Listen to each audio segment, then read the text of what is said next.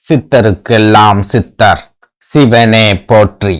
நம்மளோட பதிவுகளில் இதுவரைக்கும் 12 ராசிகளுக்குமான 2025 புத்தாண்டு ராசி பலன்களை பார்த்துட்டு வந்தோம். அதோட தொடர்ச்சியா இனி வரக்கூடிய பதிவுகளில் 12 ராசிகளுக்குமான 2025 ஜனவரி மாத ராசி பலன்களை பார்க்க இருக்கிறோம்.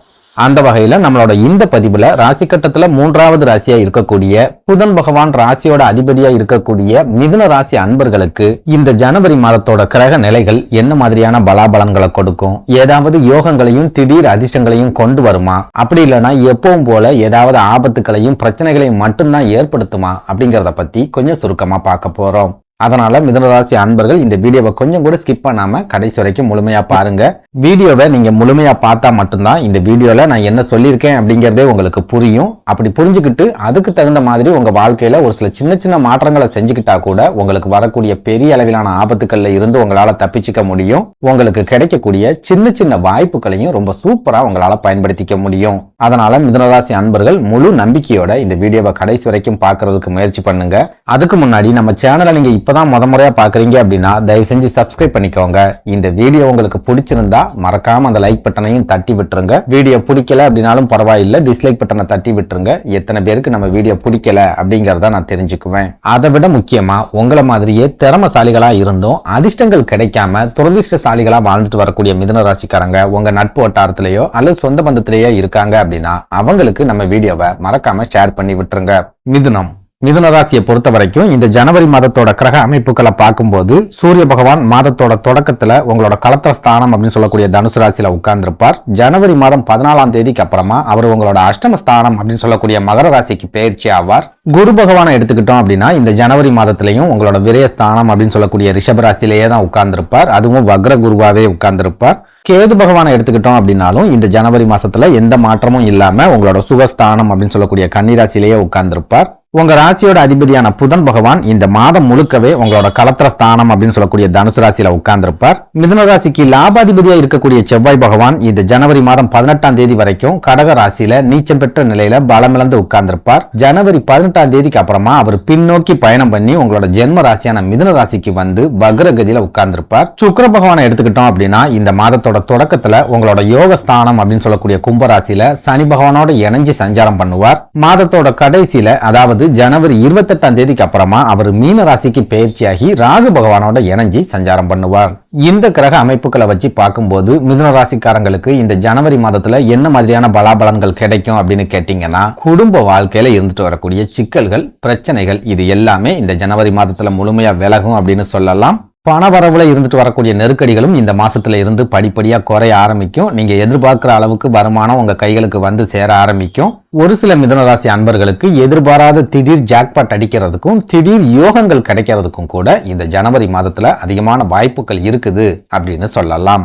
அதுலயும் முக்கியமா உங்களுக்கு லாபங்களையும் நிறைய அதிர்ஷ்டங்களையும் அள்ளி அள்ளி கொடுக்கக்கூடிய லாபாதிபதியான செவ்வாய் பகவான் இந்த ஜனவரி மாதத்தோட பிற்பகுதியில உங்களோட ஜென்ம ராசியான மிதுன ராசிக்கு பயிற்சி ஆவார். அப்படிங்கறதால மாதத்தோட தொடக்கத்தை விட மாதத்தோட பிற்பகுதி மிதுன ராசி அன்பர்களுக்கு ரொம்ப ரொம்ப யோகமான காலகட்டமா இருக்க போகுது. இவ்வளவு நாளா நீங்க எந்த ஒரு காரியத்துல இறங்கினாலும் சரி, ஏதாவது ஒரு தடைகள் தாமதங்கள் அப்படிங்கிறது அந்த காரியத்துல இருந்துகிட்டே இருந்திருக்கும். ஆனா இந்த ஜனவரி மாதத்தோட பிற்பகுதியில அந்த மாதிரியான தடைகளும் தாமதங்களும் முழுமையா விலகும். நீங்க முழு நம்பிக்கையோட முழு ஈடுபாட்டோட ஒரு காரியத்துல இறங்கும் போது கண்டிப்பா அந்த காரியத்துல வெற்றிகளும் வந்து சேரும் அப்படின்னு சொல்லலாம். புரியுற மாதிரி சொல்லணும் அப்படின்னா, சொந்த தொழில் செய்யக்கூடிய மிதுன ராசிக்காரங்க உங்க தொழில மாற்றங்களை செய்யணும், தொழிலை விரிவுபடுத்தணும் அப்படிங்கிற மாதிரி திட்டங்களை போட்டு வச்சிருந்தீங்க அப்படின்னா இவ்வளவு நாளும் அந்த திட்டங்கள்ல ஏதாவது தடைகள் அப்படிங்கிறது இருந்துகிட்டே இருந்திருக்கும். அப்படின்னா பண முடக்கம் அப்படிங்கிறது இருந்துகிட்டே இருந்திருக்கும். உங்க ரசனைக்கு ஏத்த மாதிரி உங்களோட தொழில மாற்றங்களை செய்ய முடியாம நிறைய பிரச்சனைகளும் குழப்பங்களும் கட்டாயமா இருந்துகிட்டே இருந்திருக்கும். ஆனா இந்த ஜனவரி மாதம் 18ஆம் தேதிக்கு அப்புறமா செவ்வாய் பகவான் உங்களோட ஜென்ம ராசிக்கு வந்துடுவார். அப்படிங்கறதால அந்த மாதிரியான குழப்பங்கள் எல்லாமே இனி வரக்கூடிய காலங்கள்ல படிப்படியா குறைய ஆரம்பிக்கும். தொழில் சம்பந்தமா நீங்க போட்டு வச்சிருக்கிற திட்டங்கள், தொழில் விரிவாக்கம் சம்பந்தமான திட்டங்கள் எல்லாமே இனி வரக்கூடிய காலங்கள்ல படிப்படியா முன்னேற்றங்களை அடையும். ஒரு சில மிதுன ராசி அன்பர்களுக்கு புதுசா தொழில் தொடங்கக்கூடிய வாய்ப்புகள் கூட இந்த ஜனவரி 18ஆம் தேதிக்கு அப்புறமா கைகூடி வரும். அதே சமயம் லாபங்களும் நீங்க எதிர்பார்க்கிற அளவுக்கு ரொம்ப ரொம்ப சிறப்பாவே இருக்கும் அப்படின்னு சொல்லலாம். அதே போல உங்களோட லாபாதிபதியான செவ்வாய் பகவான் உங்களோட ஜென்ம ராசியான மிதுன ராசியில உட்கார்ந்திருப்பார் அப்படிங்கறதால இந்த ஜனவரி 18ஆம் தேதிக்கு அப்புறமா தொழில்ல ரொம்ப பெரிய அளவிலான முன்னேற்றம் அப்படிங்கிறது படிப்படியா கிடைக்க ஆரம்பிக்கும். நீங்களே எதிர்பார்க்காத புதிய ஒப்பந்தங்கள் உங்களை தேடி வர ஆரம்பிக்கும். புது புது கஸ்டமர்ஸ் உங்களை தேடி வர ஆரம்பிப்பாங்க. முக்கியமா உங்களோட தொழில்ல தொடர்ந்து நெருக்கடிகளை கொடுத்துட்டு வரக்கூடிய எதிரிகள் இந்த காலகட்டத்துல உங்ககிட்ட தோத்து ஓட போறாங்க. உங்களோட துரோகிகள் துண்டை காணும் துணியை காணும் அப்படின்னு உங்களை விட்டு விலகி ஓட போறாங்க அப்படின்னு சொல்லலாம். அதே போல உங்க ராசியோட அதிபதியான புதன் பகவானும் இந்த ஜனவரி மாதம் முழுக்கவே உங்களோட களத்திர ஸ்தானம் அப்படின்னு சொல்லக்கூடிய தனுசு ராசியில உட்கார்ந்திருப்பார் அப்படிங்கறதால குடும்ப வாழ்க்கையில இருந்து வரக்கூடிய சிக்கல்கள், பிரச்சனைகள், மனக்கசப்புகள் இது எல்லாமே இந்த ஜனவரி மாதத்துல முழுமையா உங்களை விட்டு விலகும். குடும்பத்துல இருக்கிறவங்களோட சப்போர்ட் உங்களுக்கு முழுமையா கிடைக்கும். அவங்க உங்களை புரிஞ்சு நடந்துக்க ஆரம்பிப்பாங்க. உங்களுக்கும் அவங்களுக்கும் மனக்கசப்புகள் இருக்குது அப்படின்னா அந்த மனக்கசப்புகள் எல்லாமே படிப்படியா விலக ஆரம்பிக்கும். ஒரு சில மிதுனராசி அன்பர்களுக்கு சொந்த பந்தங்கள் கிட்ட இருந்து எதிர்பாராத திடீர் உதவிகள் கிடைக்கிறதுக்கு கூட இந்த காலகட்டத்துல அதிகமான வாய்ப்புகள் இருக்குது அப்படின்னு சொல்லுவேன். அதே போல ராசிநாதன் களத்திர ஸ்தானத்துல வந்து உட்கார்ந்துட்டார் அப்படின்னாலே அந்த ஜாதகருக்கு திருமண யோகத்தை ஏற்படுத்தி கொடுப்பார் அப்படின்னு ஜோதிட நூல்கள்ல சொல்லப்பட்டிருக்கு.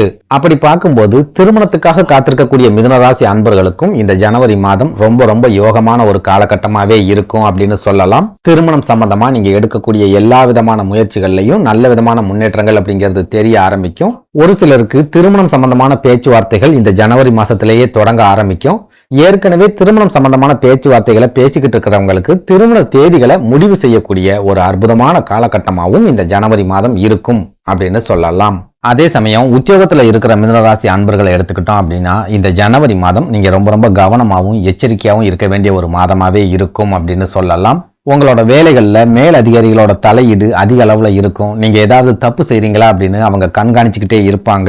வேலை சம்பந்தமா உங்களுக்கு நிறைய அலைச்சல்கள் அப்படிங்கிறது இருந்துகிட்டே இருக்கும். சக பணியாளர்கள் அப்படி இல்லைன்னா சக போட்டியாளர்கள் உங்களுக்கு ஏதாவது இடைஞ்சல்களையோ நெருக்கடிகளையோ கொடுத்துக்கிட்டே இருப்பாங்க. ஒரு சில மிதுனராசி அன்பர்களுக்கு அதிகமான வேலை பளு ஏற்பட்டு அது மூலமா நிறைய மன அழுத்தம் அதிகரிக்கக்கூடிய ஒரு மாதமாகவும் இந்த ஜனவரி மாதம் இருக்கும் அப்படின்னு சொல்லலாம். அதே போல இந்த ஜனவரி மாதம் 14ஆம் தேதிக்கு அப்புறமா சூரிய பகவான் உங்களோட அஸ்தமஸ்தானம் அப்படின்னு சொல்லக்கூடிய மகர ராசியில உட்கார்ந்திருப்பார் அப்படிங்கறதால மாதத்தோட பிற்பகுதியில நீங்க வாகன பயணங்கள் செய்யும் போது ரொம்ப ரொம்ப எச்சரிக்கையாகவும் கவனமாகவும் இருக்கணும். உத்தியோகத்துல இருக்கிறவங்க வேலை செய்யற இடங்கள்ல ரொம்பவே நிதானமாகவும் கவனமாகவும் வேலைகளை செய்யணும். கூர்மையான பொருட்களை கையாளும் போதும் நெருப்பு சம்பந்தமான பொருட்களை கையாளும் போதும் கவனக்குறைவா இருக்கவே கூடாது. வாகன பயணங்கள் செய்யறீங்க அப்படின்னாலும் ரொம்ப ரொம்ப எச்சரிக்கையாவே இருக்க வேண்டிய ஒரு காலகட்டமாவே இந்த ஜனவரி மாதத்தோட பிற்பகுதி இருக்கும் அப்படின்னு சொல்லலாம். அடுத்ததா உங்களோட உடல் ஆரோக்கியத்தை எடுத்துக்கிட்டோம் அப்படின்னா இந்த ஜனவரி மாதம் முழுக்கவே ஏதாவது சின்ன சின்ன பாதிப்புகள், சின்ன சின்ன பிரச்சனைகள் அப்படிங்கிறது உங்களுக்கு இருந்துகிட்டே தான் இருக்கும். சளி தொந்தரவுகள், காய்ச்சல், தலைவலி, முதுகு சம்பந்தமான பிரச்சனைகள், நரம்பு சம்பந்தமான பிரச்சனைகள் அப்படின்னு ஒரு சில பாதிப்புகள் உங்களுக்கு இந்த மாதம் முழுக்கவே இருந்துகிட்டே தான் இருக்கும். ஒரு சில மிதுனராசி அன்பர்களுக்கு இந்த உடல் ஆரோக்கிய பாதிப்புகள் மூலமா மருத்துவ செலவுகள் 2 மடங்கா அதிகரிக்கக்கூடிய ஒரு காலகட்டமாகவும் இந்த ஜனவரி மாதம் இருக்கும் அப்படின்னு சொல்லலாம். சுருக்கமா சொல்லணும் அப்படின்னா மிதுனராசிக்காரங்களை பொறுத்த வரைக்கும் இந்த ஜனவரி மாசத்துல தொழில் ரொம்ப டாப் கிளாஸா இருக்க போகுது. தொழில்ல நீங்க நினைச்ச மாதிரியான மாற்றங்கள் எல்லாத்தையுமே செய்ய போறீங்க. லாபங்களும் நீங்க எதிர்பார்த்த அளவுக்கு கிடைக்க போகுது. அதே சமயம் உத்தியோகத்திலையும் உங்களோட உடல் ஆரோக்கியத்திலையும் ஒரு சில நெருக்கடிகள், பிரச்சனைகள் அப்படிங்கிறது கட்டாயமா இருக்கும் அப்படிங்கறதையும் ஞாபகத்துல வச்சுக்கோங்க. நன்றி, வணக்கம்.